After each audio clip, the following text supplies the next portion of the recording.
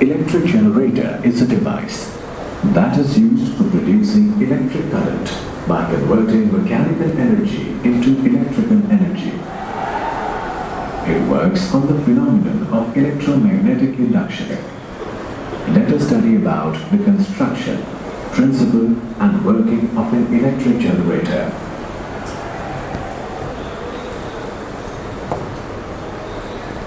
AC generator. An AC generator is used to generate electricity at thermal power stations, nuclear power stations, hydroelectric power stations, and even at homes during power outages. Let us see how an AC generator produces electricity. An AC generator basically converts mechanical energy into electrical energy. It was designed by the famous physicist Nikola Tesla. The AC generator works on the principle of electromagnetic induction, according to which the change in flux linked to a coil induces an electric current in the coil. The direction of the induced current in the coil can be interpreted by using either Fleming's right-hand rule or Lenz's law. The setup of an AC generator consists of field magnets, an armature, 2 slip rings and 2 carbon brushes. The poles of field magnets are concave and cylindrical in shape, which produces a radial. इनका जो shape है ये concave बनाने के पीछे reason ये है कि ताकि इससे जो मैग्नेटिक फील्ड आए वो बिल्कुल स्ट्रेट ऐसा का ऐसा इसके अंदर जा रहा हो, साउथ पोल के अंदर। ठीक है, ये 2 रिंग्स हैं इसके अंदर, ठीक है, और यहाँ पर 2 कार्बन ब्रशेस लगे हुए हैं। Armature is a soft iron core on which a coil having a large number of turns of copper wire is wrapped. The 2 ends of armature are attached with 2 slip rings. These rings rotate with the coil. The slip rings are made of metals and the inner sides of the 2 rings are made insulated as they are connected to the axle used to rotate the coil. The external sides of the outer side इसकी conducting होती है, अंदर insulator होता है, ठीक है, और ये जो आर्मेचर है ये इनसे कनेक्टेड होता है। इनको स्लिप रिंग्स बोला जाता है, स्प्लिट रिंग्स नहीं बोला जाता है, इनको बोलता है slip rings. 2 rings are conducting as they pass the current to the external circuit with the help of the brushes. The 2 carbon brushes have one end each in contact with the rotating slip rings and the other end is connected to an outer circuit. A galvanometer is connected in the outer circuit to show the deflection due to the current induced in the armature. When coil is rotated between the poles, a current is induced. इस coil को rotate किया जाएगा, खुद से नहीं होगी वो। अगर खुद से होती तो क्या बनता? इलेक्ट्रिक मोटर, ठीक है।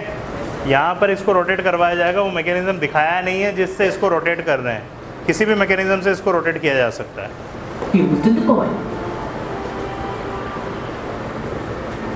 Let's now see how it works. The armature keeps on changing its relative position with respect to the magnetic field as it rotates about an axis perpendicular to the field.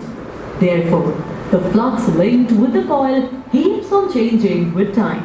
And field आ रहा है, ये rotate कर रहा है, तो rotate कर रहा है तो इसमें से गुजरने वाली मैग्नेटिक फील्ड लाइंस लगातार चेंज हो रही है, तो इसके अंदर करंट डेवलप हो रहा है, ठीक है।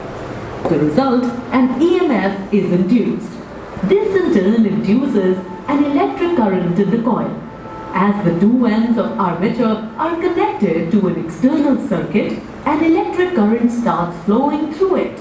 This current is detected by the galvanometer connected in the external circuit. Due to change in relative position of the armature coil, the direction of current flowing in each arm of the armature coil keeps on changing and hence the current so obtained is alternating current. To understand the generation of AC current through Fleming's right-hand rule, mark one arm of the armature as green and the other arm as pink. As per the Fleming's right-hand rule, the direction of current in the arm marked as green is outward and in the arm marked pink is inward. After rotating half turn in anti-clockwise direction, the direction of current in the green arm becomes inward and that in the pink arm becomes outward. Thus, after every half turn, the direction of current changes and as a result, alternating current is generated. If a graph is plotted between the induced EMF and time, then it will show the sinusoidal behavior of the induced EMF. The deflections of the needle of the galvanometer show that the direction of the current keeps on changing with time.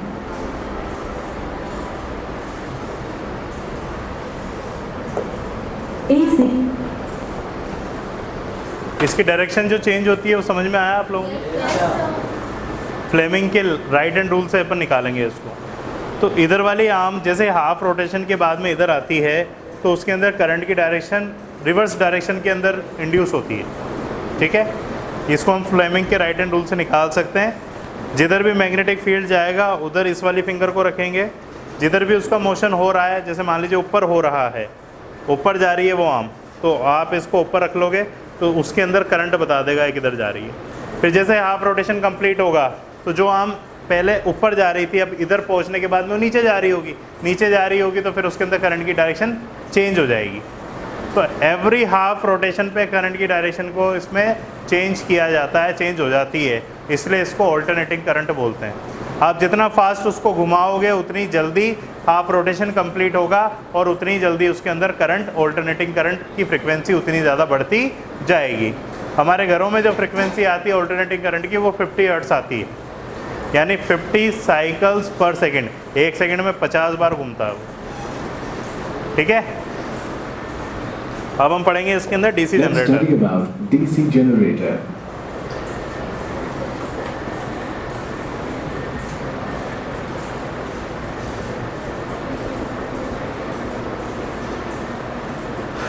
लिख लो, एक page छोड़ के लिख लो।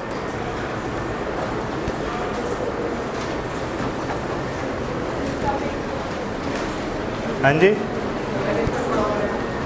पहले आपने 2-2.5 page छोड़े होंगे ना, तो एक पेज के बाद में इसको डीसी जनरेटर का हेडिंग डाल के लिख लो। उसमें डोमेस्टिक इलेक्ट्रिक सर्किट में नहीं लिखना, उससे पहले 2 पेज छोड़े थे ना, नहीं छोड़े क्या?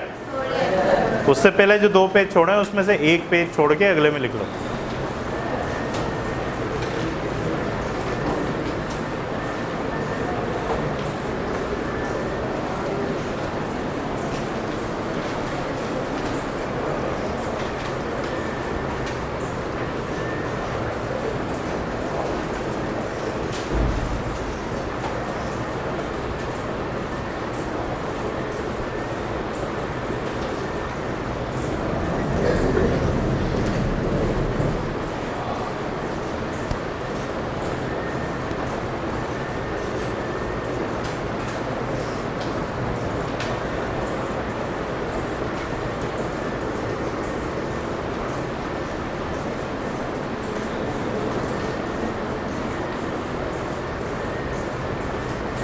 एसी जनरेटर में स्लिप रिंग्स होती हैं, डीसी जनरेटर में स्प्लिट रिंग्स होती हैं। स्प्लिट रिंग कम्यूटेटर बोलते हैं उसको।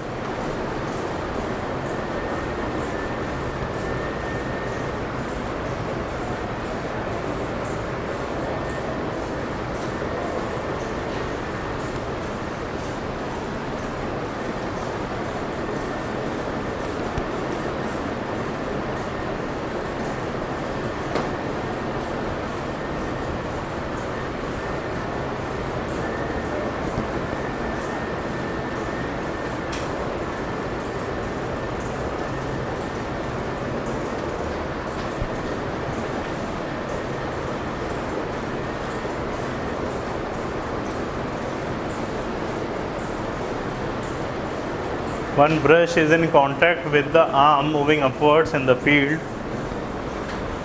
whereas the other is in contact with the arm moving downwards. These two brushes remain connected with their respective arms at the all times.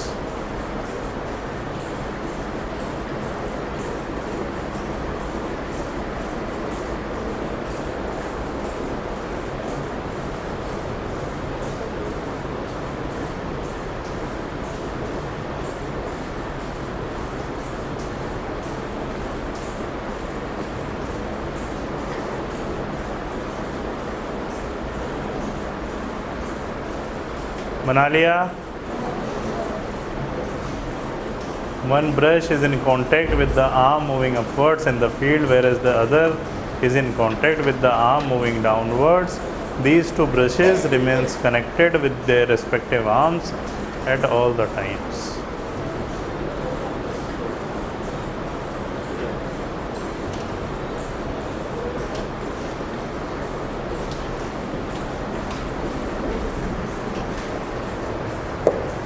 Between AC and DC is that the DC is नहीं लिखा था क्या? unidirectional, while AC जल्दी लिखो ना. Let's study about DC generator. बेटा वसीयत थोड़ा ना लिख रहे हो यार, तुम्हारी इसे सोच सोच के लिख रहे हो क्या? हाँ, फोटो कौन बना रहा है?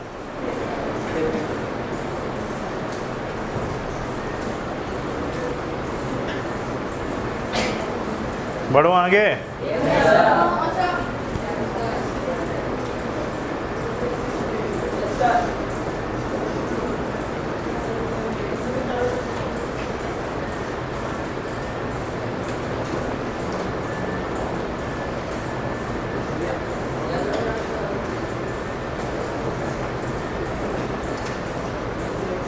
The difference between AC and DC is that the DC is unidirectional, while AC reverses its direction periodically.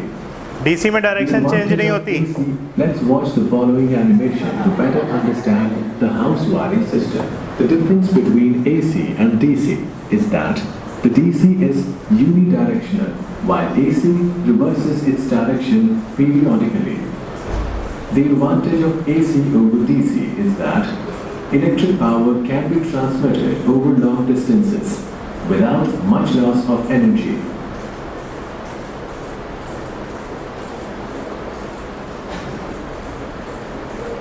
लिख लो.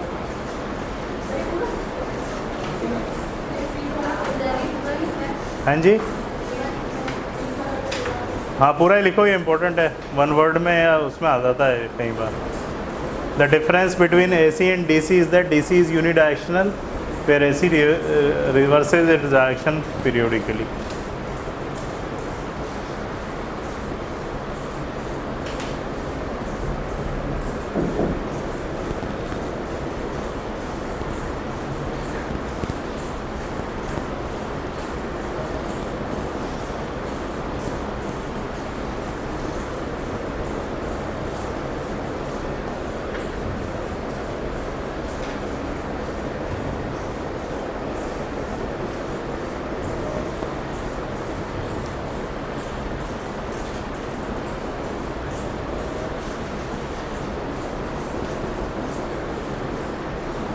इन India frequency of AC generator power plant is 50 hertz. यहाँ तक लिखिएगा बस. बस. In India frequency of AC generator in power plants is 50 hertz.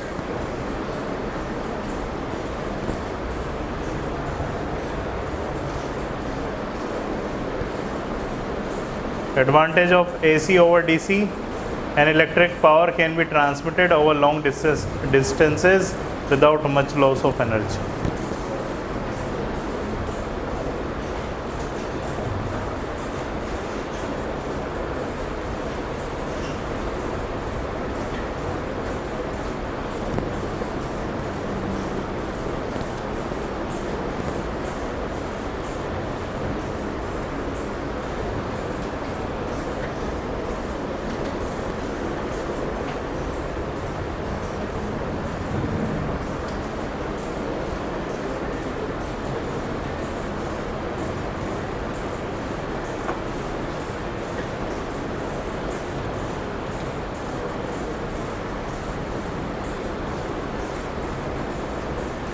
हो गया?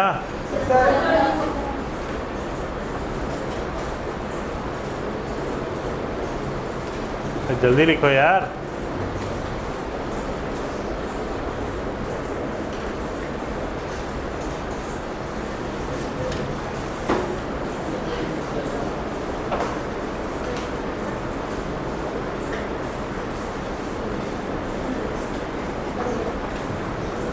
कौन बैठा है ये हर्षित के पीछे?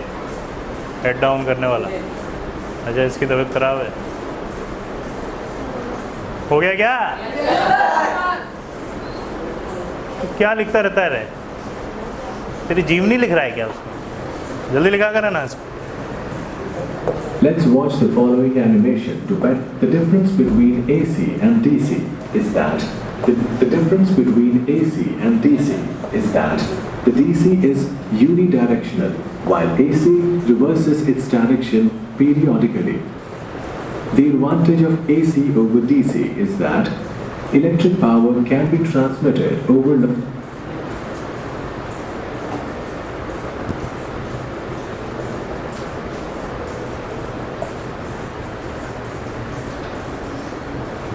अब डीसी में क्या होता होगा? हाफ रोटेशन के बाद में डायरेक्शन चेंज हो जाती है एसी के अंदर। हम ऐसा नहीं चाहते। डीसी में यूनि डायरेक्शनल होना चाहिए, मतलब एक ही डायरेक्शन के अंदर करंट मिलना चाहिए।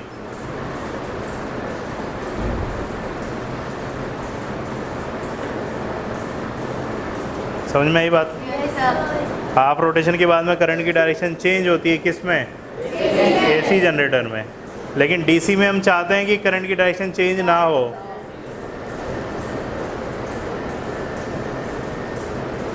तो हम क्या करते हैं, इसके अंदर स्प्लिट रिंग कम्यूटेटर लगाते हैं, जैसा हमने मोटर में लगाया था।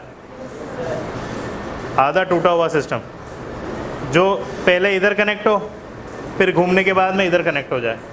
तो जिस टाइम पर करंट की डायरेक्शन रिवर्स हो रही है, उसी टाइम पे वो कम्यूटेटर सिस्टम ऐसे घूम जाए कि इधर वाला इससे कनेक्ट हो जाए और इधर वाला इससे कनेक्ट हो जाए। तो हमें करंट की डायरेक्शन हमेशा सेम मिलती रहेगी। बात आई नहीं आई समझ में? आर्मेचर में तो वही है, करंट की डायरेक्शन तो रिवर्स होनी है, लेकिन हमें मिलेगी वो सीधी मिलेगी, क्योंकि हमने जो उसको कनेक्ट किया वो कनेक्शन ही उल्टा कर दिया। नहीं आया समझ में? एक जना आओ इधर, आजा।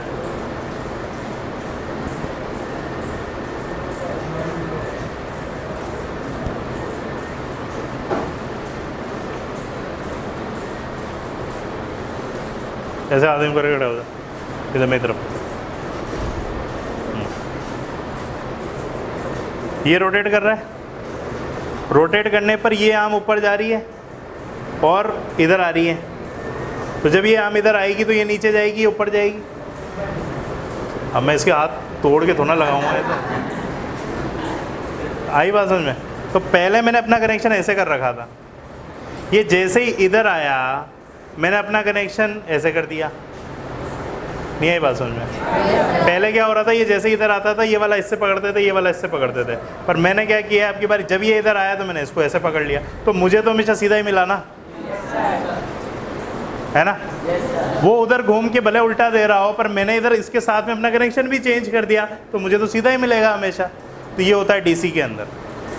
एसी के अंदर आप आपका सिस्टम वही रखोगे, तो ये जब इधर आएगा तो आपको इससे उल्टा मिलने लग जाएगा, क्योंकि उसमें करंट की डायरेक्शन उल्टी हो गई, तो आपको उल्टी ही मिलेगी एसी में। डीसी में आप इसको भी घुमा दो इधर वाले सिस्टम को, क्योंकि ये स्प्लिट रिंग सिस्टम है, ये इधर घूम के ये भी साथ में इधर आ जाएगा।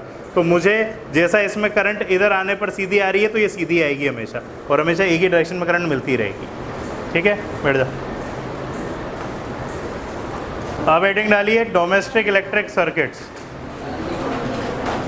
डालिया? डोमेस्टिक इलेक्ट्रिक सर्किट्स डाल दिया? डोमेस्टिक इलेक्ट्रिक सर्किट का मतलब होता है कि आपके घरों के अंदर जो आप इलेक्ट्रिसिटी का कनेक्शन करते हो वो कैसा होता है, कैसे वायरिंग डलती है, कैसे ये अप्लाइंसेस कनेक्टेड होते हैं, इन पे कितनी कितनी पावर जाती है, कितनी इसके अंदर करंट जाती है, उन सब के बारे में इसमें बताया जाता है। तो आप लोग आगे जाके सब अपना अपना घर बनवाएंगे, ऐसी मैं आशा रखता हूँ। बनवाओगे ना? सबका एक सुंदर सा घर होगा। अब घर में कनेक्शन करवाएंगे तो आपको पता होना चाहिए कि घर में कनेक्शन होता है तो कितने तरह के वायर्स होते हैं, कितने तरह के वायर्स खरीद के लाते हैं, और वो कैसा टेक्नीशियन जो होता है वो उसको लगाता है। हमें पता होना चाहिए, क्योंकि हो सकता है कि वो आपसे फिर कुछ भी खरीद ले, कुछ भी आपसे खरीदवा दे, पैसे बचा ले, तो आपको आइडिया तो होना ही चाहिए। तो घरों के अंदर पहली बात तो आपको पता होना चाहिए जितने भी अप्लाइंसेस कनेक्ट होते हैं सारे पैरेलल के अंदर कनेक्टेड होते हैं। पैरेलल में कनेक्ट होने का फ़ायदा ये होता है कि सब पे पोटेंशियल डिफरेंस सेम होता है, तो जो हमें सरकार से पोटेंशियल डिफरेंस मिलता है 220 वोल्ट का, वो सब पे जाता है। इसका फ़ायदा ये होता है। दूसरी बात, कभी आपने देखा होगा कि घर के अंदर जब भी इन बोर्ड्स वगैरह को आप खोलते हो तो 3 तरह के वायर 3 कलर्स में दिखाई देते हैं आपको। एक होता है रेड कलर का वायर, एक होता है ब्लैक कलर का वायर, और एक होता है ग्रीन कलर का वायर। जनरली ये 3 तरह के वायर्स होते हैं। हो सकता हो कि पैसे बचाने के लिए आपके इलेक्ट्रिशियन ने एक ही तरह के वायर डाल दिए हों। ऐसा भी हो जाता है, कई बार वायर ख़त्म हो गया, मान लीजिए 2-3 मीटर वायर रह गया, अब 2-3 मीटर खरीद के नहीं लाते तो क्या करते हैं, रेड वाले के साथ में ब्लैक वाला कनेक्ट कर देते हैं। उससे कोई फ़र्क नहीं पड़ता क्योंकि अंदर से वो सेम है। लेकिन हमने एक साइन कन्वेंशन बना रखा है हमारे इंडिया के अंदर कि हम लाइव वायर को हमेशा रेड वायर बनाते हैं, जो न्यूट्रल वायर होता है उसको हमेशा ब्लैक बनाते हैं, और जो आपका अर्थिंग वाला वायर होता है उसको हमेशा ग्रीन बनाते हैं। जो 220 वोल्ट का मैं पोटेंशियल डिफरेंस की बात कर रहा हूँ वो इस लाइव वायर और न्यूट्रल वायर के बीच का पोटेंशियल डिफरेंस है। इन दोनों के बीच में कितना पोटेंशियल डिफरेंस है? 220 वोल्ट का। ठीक है ना? इसमें आप ये भी कह सकते हो कि इसका 220 इसका 0 होता है, ऐसा कह सकते हो, पर यह है कि इन दोनों के बीच का डिफरेंस जो है वो 220 वोल्ट का होता है। ठीक है ना? एक हाई होता है, एक लो होता है, ऐसे समझ लो। और तीसरा वाला होता है अर्थिंग वाला वायर। 2 वायर यानी कि रेड वाला और ब्लैक वाला, इससे तो पोटेंशियल डिफरेंस आता है, करंट आती है, और इस ग्रीन वाले से जाती है। कैसे? मान लीजिए एक अप्लायंस की मैं बात करूं जिसका आए दिन हमें बटन ऑन या ऑफ करने की ज़रूरत पड़ती है, जैसे कूलर। सबसे ज़्यादा आपने सुना होगा कूलर में करंट लगने से मौत, अखबार में आता है, ऐसा होता है ना, मतलब सबसे ज़्यादा झटका कूलर्स में ही लगता है। हाँ बेटा, कूलर बनना थोड़े से।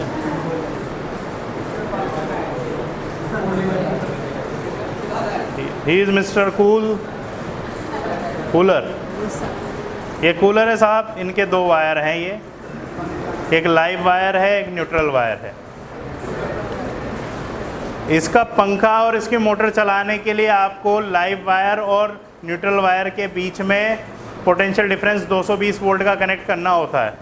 वो हमने कर दिया। जैसे ही कर दिया कूलर चलने लगा। चल रहा कूलर? हवा आ रही है क्या? आ रही है। अब कूलर में हमने इलेक्ट्रिसिटी दे दी, कूलर में हवा आई नहीं आई, पर मान लो कि आ रही है। ठीक है। एक परेशानी इसमें ये होती है कि आप अगर चलते हुए कूलर के अंदर कभी पानी भर दो, अगर चलते हुए कूलर में आप पानी भर दो तो हो सकता है आपकी मटकी फूट सकती है। मटकी फूटने का मतलब समझ गए तुम? समझ गए ना? हाँ। दोबारा कूलर में पानी भरने लायक नहीं रहोगे। तो उस चीज़ से बचाने के लिए, क्योंकि ज़रूरी नहीं है, पहली बात तो कूलर में, चलते हुए कूलर में कभी पानी नहीं भरना चाहिए, चाहे आप कितनी भी सेफ्टी उसके साथ में लेके चल रहे हो, लेकिन कुछ ना कुछ दुर्घटना हो सकती है। क्योंकि आपको पता है वाटर जो होता है वो कंडक्टर होता है, तो कभी भी चलते हुए कूलर में पानी नहीं भरना चाहिए। उसका प्लग पहले बंद करो, निकाल दो, उसके बाद में उसमें पानी भरा करो। ये तो कॉमन बात है। लेकिन ज़रूरी नहीं है कि हमेशा हम पानी भरे तभी करंट आए। हो सकता है कि कभी भी किसी भी दुर्घटनावश आप उस कूलर के बॉडी के साथ में कांटेक्ट में आ जाओ।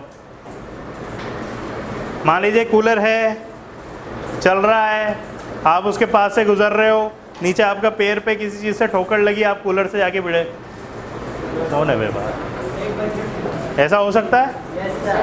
तो कूलर से आप जाके भिड़े तो आप कूलर बन जाओगे। पता नहीं चला कहाँ गया वो, पता नहीं कहाँ गया, थोड़ी देर में पता लगा कूलर के साथ चिपका हुआ है, ऐसे ऐसे, है ना। तो उस चीज़ को बचाने के लिए कभी कूलर का आपने अगर वायर देखा हो तो उस वायर में जो प्लग लगा होता है वो 3 पिन का लगा हुआ होता है, मोटा वाला। उसमें एक ऊपर की साइड में होता है और 2 ऐसे छोटे साइड में होते हैं। तो जो ये होते हैं ये तो लाइव और न्यूट्रल होते हैं, और ये ऊपर वाला जो होता है वो ग्रीन होता है, ये अर्थिंग का होता है। हाँ, वो ग्रीन वायर होता है। उसका काम ही होता है कि जब इन दोनों से करंट इनपुट पे जा रही है तो अगर बॉडी पे करंट आए, क्योंकि ये कनेक्ट होता है उसकी बॉडी से, तो बॉडी में अगर करंट आ जाए तो यहाँ से वो उस करंट को ले ले और आगे जाके उसका जो कनेक्शन होता है वो अर्थ में होता है, तो उस एडिशनल करंट को जो उसकी बॉडी में आ रही है उसको सीधा अर्थ में भेज देता है। तो ऐसा करने से आपको करंट नहीं लगता, ठीक है ना।